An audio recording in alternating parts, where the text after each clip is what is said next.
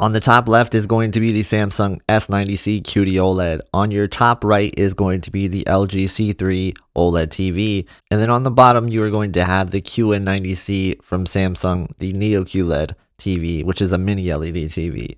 And it's important to note that these TVs are going to be available in different counterparts as well, like last year's models. For example, the QN90B will be very similar to the QN90C, and that's on sale right now. Then you also have the C2, which is going to be very similar to the C3, and that's also on sale right now. And then you also have the S95B, which is similar to the S90C, and that's also on sale right now. So I'm only showing these TVs right now because that's what I have available. That's what I have in for review. And so that's what you get. But I don't necessarily think they are the best value available right now. The best value is definitely last year's TVs. And if you're buying last year's TVs right now or any TV at all, please consider using my affiliate links in the description below. It helps out the channel if you do so. So thank you for your support. All right, let's get into this comparison because it is an interesting one. This is going to be a presentation of Zelda Tears of the Kingdom. It is a sequel to one of my favorite games of all time, Zelda Breath of the Wild. And I think this is going to be a really cool experience to see which TV is going to do the Nintendo Switch better. We are using SDR, of course, because the Nintendo Switch is standard dynamic range. It does not have capabilities to display HDR. So that is what we got. And the game is also running at 30 frames per second. The game is a really good looking game in my opinion for a Nintendo Switch title. I just love the aesthetic overall of the game. I am having the best presentation so far out of the S90C.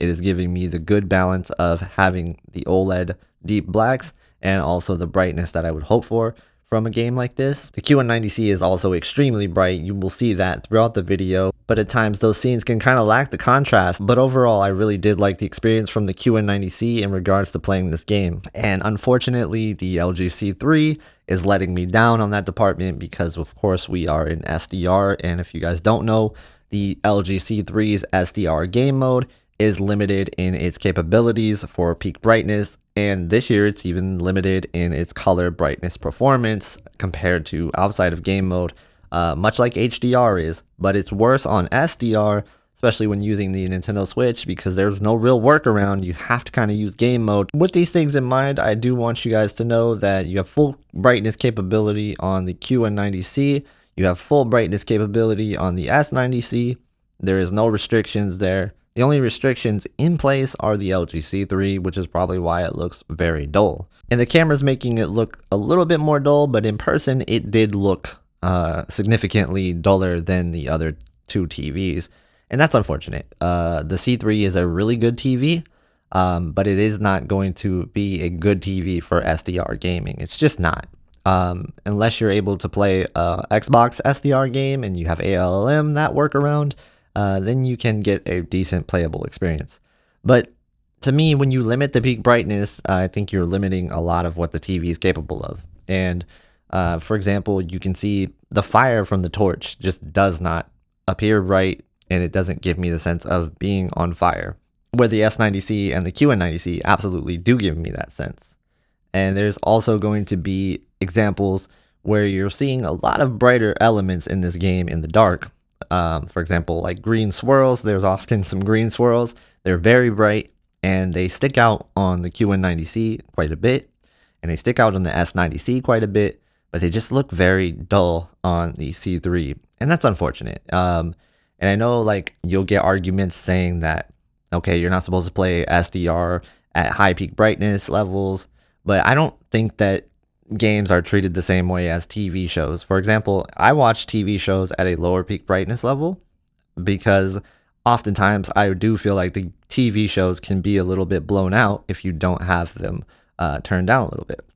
Games, on the other hand, I don't get the feeling that they're blown out at all. It is something where I do think games are presented in a way where you do want to have maximum peak brightness.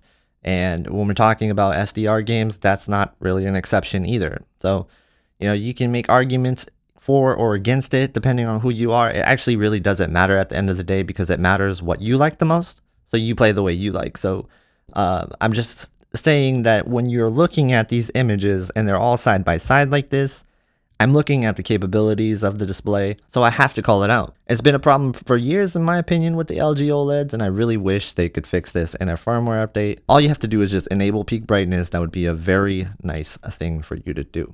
If you're enjoying this video, please hit the like button to help spread this video to more people, and consider subscribing for future videos just like this.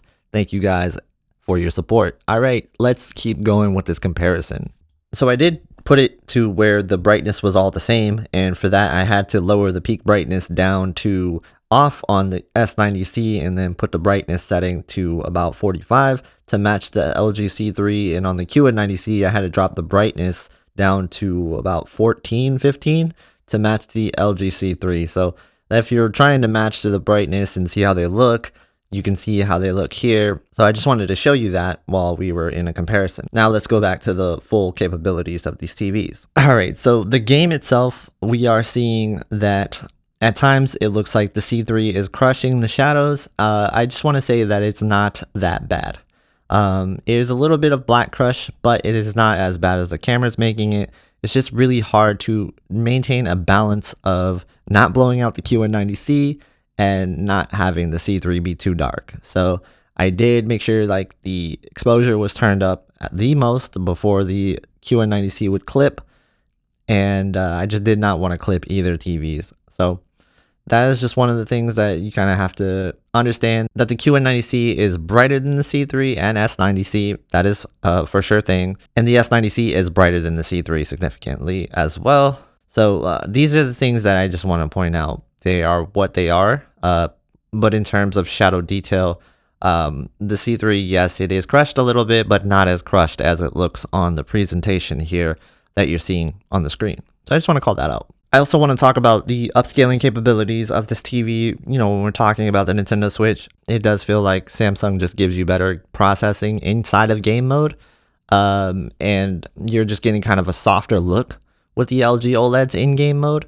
Now, if you're looking for the best upscaling capability, it probably would be a Sony TV over these TVs, as when I had compared them in the past, the Sony TVs really shined on the SDR gaming portion when we're talking about the Nintendo Switch, but they couldn't get as bright as the Samsung OLEDs. But they were able to get brighter than the LG OLEDs, but the problem was that after a couple of minutes, it would dim down to almost the same peak brightness as the LG OLEDs. So when we're talking about the C3, the S90C, and the QN90C, in my opinion, the game is really at an advantage for the QN90C.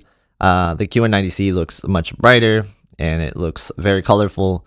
There's no problems at all in terms of the fluidity, as 30 frames per second games just play better on LCD TVs compared to OLED TVs, in my opinion. And one other thing is that Samsung TVs do have access to Game Motion Plus, which is going to help 30 frames per second games even more. Now here's my big plea to LG, and you know, this video might seem like it's a really harsh criticism on LG, and every time I speak about the SDR game issue, everybody thinks I hate LG. And that's not the case. I really actually like LG, and I like the LG G3 quite a bit this year. And I just wish that we had more capability in our SDR game mode. And in game mode in general this year, there's just a very big disappointment. And you can see as when I switch to Game Optimizer, even in SDR and HDR, it doesn't matter what you do it in, like you're just going to have problems, and it's not giving you the same image quality as you're getting outside of game mode, and I think that's a big problem. So LG, I do think you need to fix this, and while you're fixing that, maybe enable peak brightness in your SDR game mode as well, as not everybody likes to play with the peak brightness off for their SDR game mode. So for example, look at this bright scene here on Zelda where she is holding this glowing gem. You're just getting a more impactful presentation out of the other TVs that aren't LG OLEDs because that limited ability. And that's a bummer, you know, that's not something that I can really say works out for me. It's something that honestly, you know, it does make me a little upset. And to me, it just does not make sense because I know the TV is capable of displaying a higher peak brightness. It's just limited for whatever reason in game mode. So LG, if you're listening, it might sound like harsh criticism, but you really should think about doing some firmware updates that helps out gamers a little bit more, because there's this growing belief out there that LG OLEDs are the best gaming TVs, but that's just not the case. I personally don't understand why they have that reputation anymore with all the limitations that you have in game mode, because the Samsung TVs do it better, and in terms of image quality, the Sony TVs do it better. I wish that I could report that I had a better experience with the LG OLEDs when it comes down to playing Tears of the Kingdom, but it's just not there. And in my opinion, if you're buying a TV specifically to play this game, I would avoid the LG OLEDs in this case. They're great with other games, you know, outside of game mode with ALLM, but the problem is there is a limitation this year, and when you compare it to the other TVs on the market, especially when you're looking at the S90C next to the C3, it's not even close. That game mode is just better. That's a better TV in general. The QD OLED technology is just better than WOLED, especially when it doesn't have MLA technology. So you're already having that uphill battle. What do you guys think? Do you guys think I'm wrong about this? If you guys want to see more comparisons, I have a ton of TV comparisons on this channel, and you can check out one of those right here and right here. Thank you guys for watching. I hope to see you in the next comparison.